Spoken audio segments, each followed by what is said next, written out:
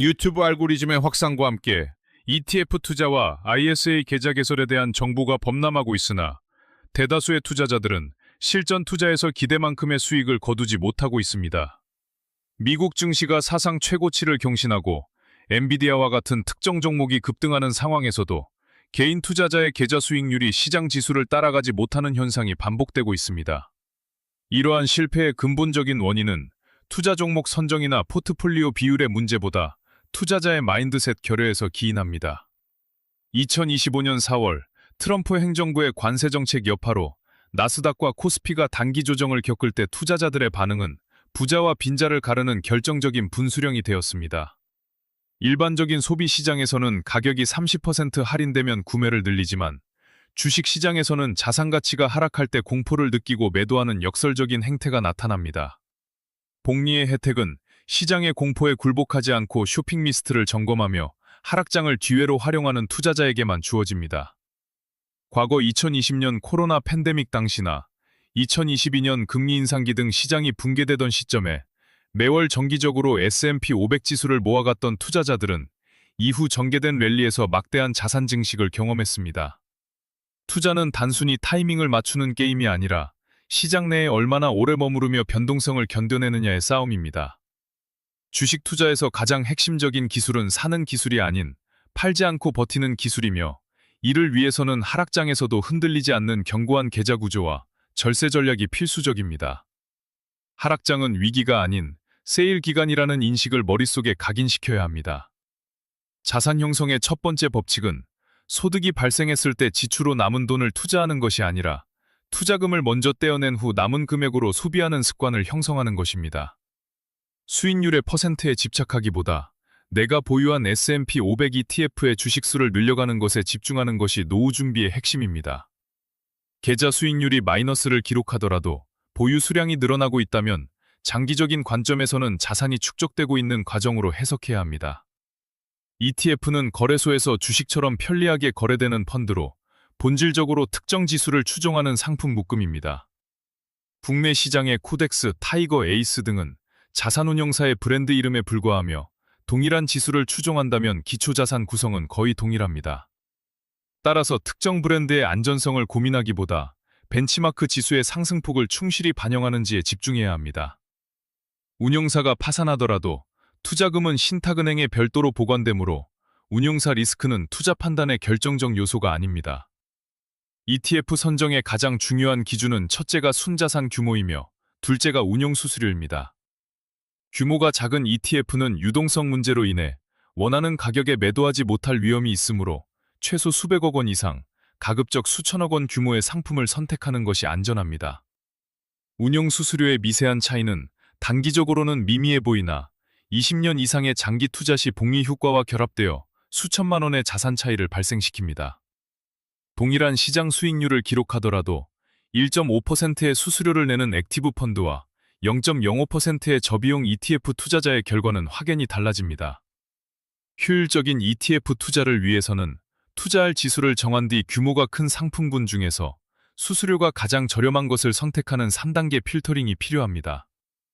자본주의의 중심인 미국 시장은 지난 100년 동안 수많은 경제 위기와 전쟁을 겪으면서도 장기적으로 우상향하는 저력을 증명해왔습니다. 미국을 대표하는 S&P 500은 전업종을 아우르는 우량기업 500개의 집합체로 분산 투자 효과가 탁월합니다. 반면 나스닥 100은 기술주 중심의 이과 특수반과 같아서 높은 성장성을 자랑하지만 하락장에서의 변동성 또한 매우 큽니다. 2022년 하락장에서 S&P 500이 20% 하락할 때 나스닥 100은 35% 이상 폭락하며 투자자들의 심리를 압박한 사례가 있습니다. 따라서 본인의 심리적 수용 한도에 맞추어 S&P 500을 70%, 나스닥 100을 30% 비율로 배분하는 것이 가장 권장되는 황금 비율입니다. 환율 변동을 방어하는 환해지 상품보다는 환노출 상품이 장기 투자자에게 유리합니다. 경제 위기 상황에서 달러 가치가 상승하면 주가 하락분을 환율 수익이 상쇄해주는 자동 쿠션 역할을 하기 때문입니다. 투자 수익을 극대화하기 위해서는 세금을 최소화하는 전략이 반드시 병행되어야 합니다. 국내 계좌에서 해외 지수 추종 ETF를 거래할 때 발생하는 15.4%의 배당 소득세를 절감하기 위해 ISA 계좌 활용은 선택이 아닌 필수입니다. ISA는 국가가 개인의 자산 형성을 돕기 위해 만든 특수 계좌로 손익 통상과 비과세 혜택을 제공합니다. 수익과 손실을 합산하여 실제 순이익에 대해서만 과세하므로 일반 계좌 대비 훨씬 유리한 세금 구조를 가지고 있습니다. 3년의 의무가입 기간이 있지만 납입한 원금은 언제든지 페널티 없이 인출 가능하므로 유동성 확보 측면에서도 오해를 해소해야 합니다. ISA 계좌를 개설할 때는 반드시 직접 종목을 선정할 수 있는 중개형 ISA를 선택해야 하며 소득 요건이 충족될 경우 비과세 한도가 높은 서민형으로 가입하는 것이 이득입니다. 연간 2천만 원의 납입 한도는 2월이 가능하므로 여력이 될 때 최대한 활용하여 세제 혜택 범위를 넓혀야 합니다. 완성형 포트폴리오를 위해서는 S&P 500과 나스닥 같은 공격수 외에 배당형 ETF와 파킹형 ETF라는 구원투수가 필요합니다. 미국 배당 다우존스와 같은 배당 성장형 ETF는 주가 하락기에도 현금 흐름을 제공하며 하락폭을 방어하는 역할을 수행합니다. 파킹형 ETF는 현금을 단기적으로 예치하면서도 은행 예금보다 높은 유연성과 안정적인 이자 수익을 제공하여 폭락시 추가 매수 자금으로 활용될 수 있습니다. 자산 배분 비율은 연령대에 따라 조정해야 하며 젊은 층은 성장성에, 은퇴 계층은 안정성과 현금 흐름에 비중을 두어야 합니다. 2030 세대는 S&P 500과 나스닥 위주로 복리 효과를 극대화하고 5060 세대는 배당형과 국채, 파킹형 비중을 높여 자산을 지키는 전략이 유효합니다. 정기적인 리밸런싱을 통해 특정 자산의 비중이 과도해지는 것을 방지하고 저가 매수와 고가 매도의 원칙을 시스템적으로 구현해야 합니다.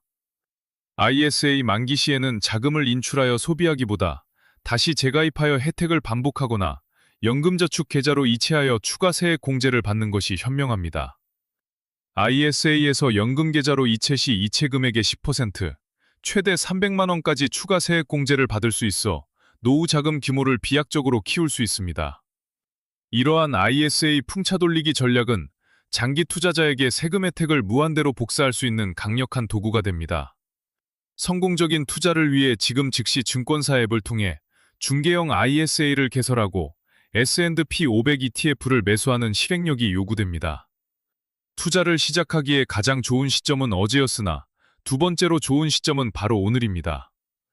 과거의 고점 논란에도 불구하고 시장은 지속적으로 성장해왔으며 오늘의 선택이 20년 뒤의 경제적 자유를 결정할 것입니다.